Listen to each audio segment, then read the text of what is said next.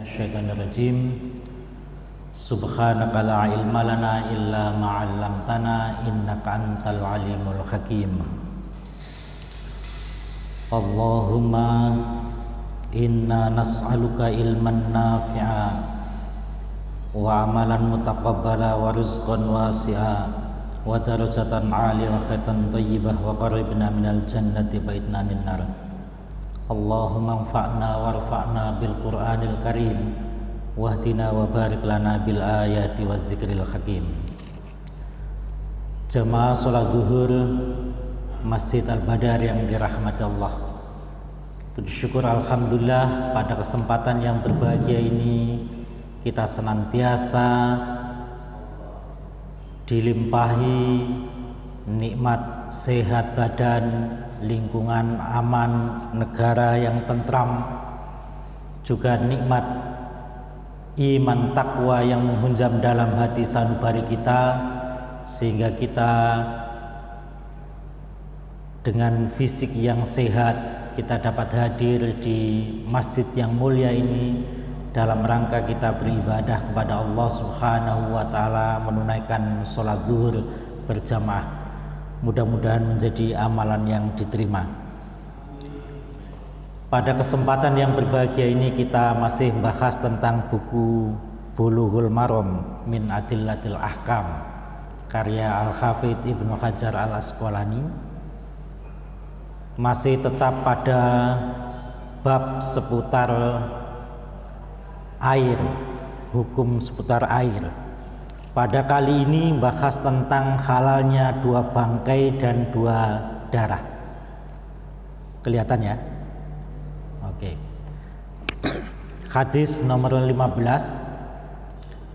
An Ibni Umar qala Rasulullah sallallahu alaihi wasallam ukhillat lana maitatani wa damani fa ammal maitatani fal khutu wal jaradu wa ammat damani fal kabidu wat tikhalu. Dari Ibnu Umar, dia berkata, Rasulullah sallallahu alaihi wasallam bersabda, telah dihalalkan bagi kita dua bangkai dan dua darah. Dua bangkai maksudnya ikan dan belalang. Dua darah maksudnya hati dan limpa. Hadis ini di dalam Kutubut Tis'ah hanya ada di dua tempat atau kitab hadis yang 9, yaitu yang pertama di Sunan Ibnu Majah dan yang kedua di Musnad Imam Ahmad bin Hanbal. Hadis ini riwayat dari Imam Ahmad bin Hanbal. Menurut Syekh Albani, sanad hadis ini sahih dalam kitabnya As-Sahihah, yaitu hadis nomor 1118. Sekalipun menurut Ibnu Hajar Al-Asqalani di dalam kitab Bulughul Maram aslinya, beliau menyatakan hadis ini memiliki kelemahan. Kelemahannya disebut karena mauquf, yaitu mauquf sampai Nabi, tapi secara kualitas para rawi dan mauqufnya itu dianggap tetap sebagai hadis yang dapat diamalkan, sehingga dapat diterima. Kosakata maitatani dalam kata lafadz yang dalam hadis itu dua bangkai adalah bentuk tunggalnya dari maitah, yaitu hewan yang tidak terkena sembelihan, yaitu mati begitu saja atau ia disembelih dengan cara yang tidak legal secara syariat sehingga menjadi bangkai. Jadi ketika kita melihat penyembelihan, maka ada penyembelihan yang dianggap tidak syar'i karena tidak tercapainya syariat. Mungkin satu, lupa membaca basmalah ketika akan menyembelih, atau yang kedua, ketika dalam penyembelihan disyaratkan harus terputusnya syaraf pembuluh darah utama, ternyata kemudian dia tidak putus, maka dianggap itu tidak sempurna.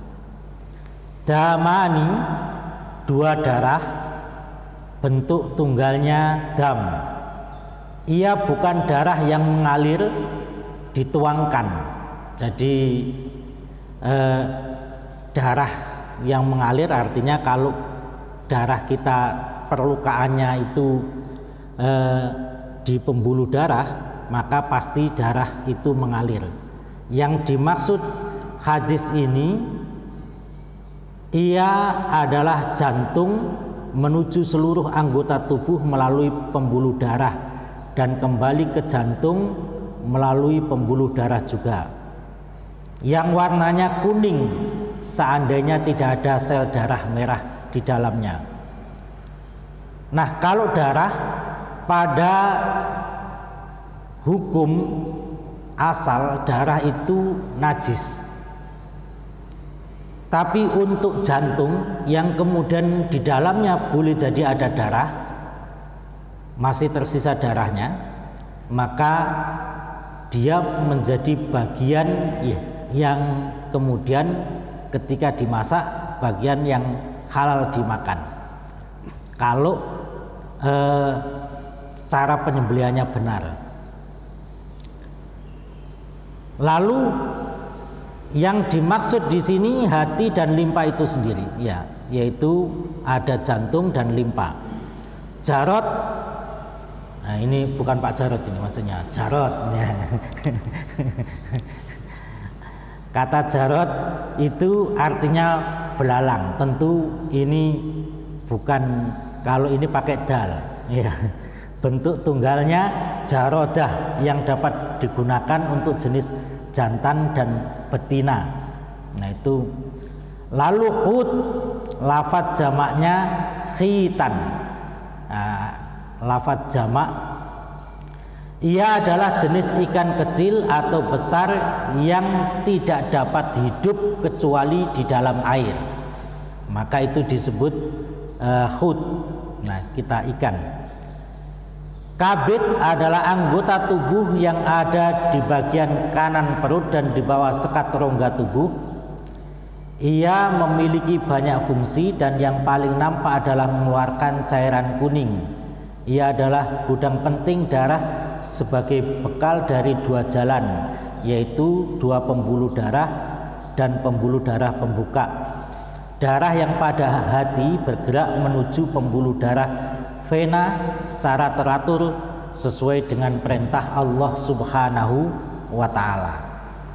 Nah, Bapak Ibu sekalian dirahmati Allah, terkait dengan hukum bangkai ikan dan belalang, maka para ulama memutlakkan ketika air lalu kemudian di dalamnya ada ikan atau belalang mati, ya, mati karena mati sendiri atau mati boleh jadi karena di pestisida, maka hukum airnya itu tetap suci dan mensucikan. Nah, dalam hal dikonsumsi, kalau mati dengan sendirinya, maka dimutlakkan itu halal dimakan. Jadi bangkai ikan maupun belalang kalau mati dengan sendirinya, para ulama berijma memutlakkan bahwa itu halal dimakan.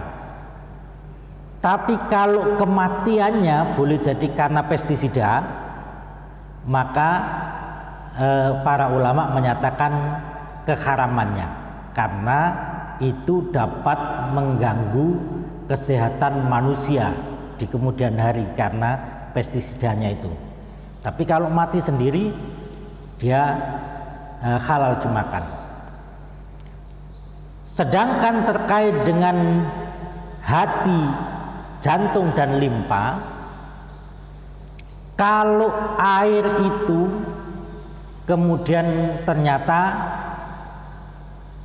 ada di dalam air itu hati dan limpa, bisa jadi karena dibawa oleh binatang, bisa jadi karena juga dibawa oleh seseorang lalu mencampuri air itu, maka para ulama menyatakan air itu tetap suci dan mensucikan sekalipun terjadi perubahan bau, perubahan warna, perubahan rasa. Jadi air itu tetap suci dan mensucikan. Tapi terkait dengan dikonsumsi, kalau penyembelihannya itu benar, ya, jadi kalau jantung dan limpa dari hewannya itu kemudian disembelih dengan benar, maka itu halal dimakan. Tapi kalau mati sendiri semuanya, sapi tiba-tiba dintup tawon gawede terus mati, nah maka kalau jantung dan limpanya itu kemudian mencampuri air, maka air itu tetap suci dan mensucikan. Tapi jantung dan limpa ini hukumnya tetap haram dimakan. Karena apa? Karena sembelihannya atau matinya bukan karena sembelihan yang benar. Tapi kalau dari sembelihan yang benar, maka di samping jantung dan limpa itu ketika mencampuri air dia tetap suci dan mensucikan, juga posisinya jantung dan limpa itu halal dimakan kalau sembelihannya benar. Tapi kalau dia mati dengan sendirinya atau dari sembelihan yang tidak benar, maka tetap ketika dikonsumsi hukumnya haram. Demikian pada kesempatan yang berbahagia ini, barangkali mau ada yang ditanyakan, silakan. Saya kira sudah sangat jelas ya. Cukup satu hadis pokoknya utun, insya Allah belum sampai kiamat sudah tamat ya. Barangkali itu yang dapat kami sampaikan. Mohon maaf atas segala kurangan. Assalamualaikum warahmatullahi wabarakatuh.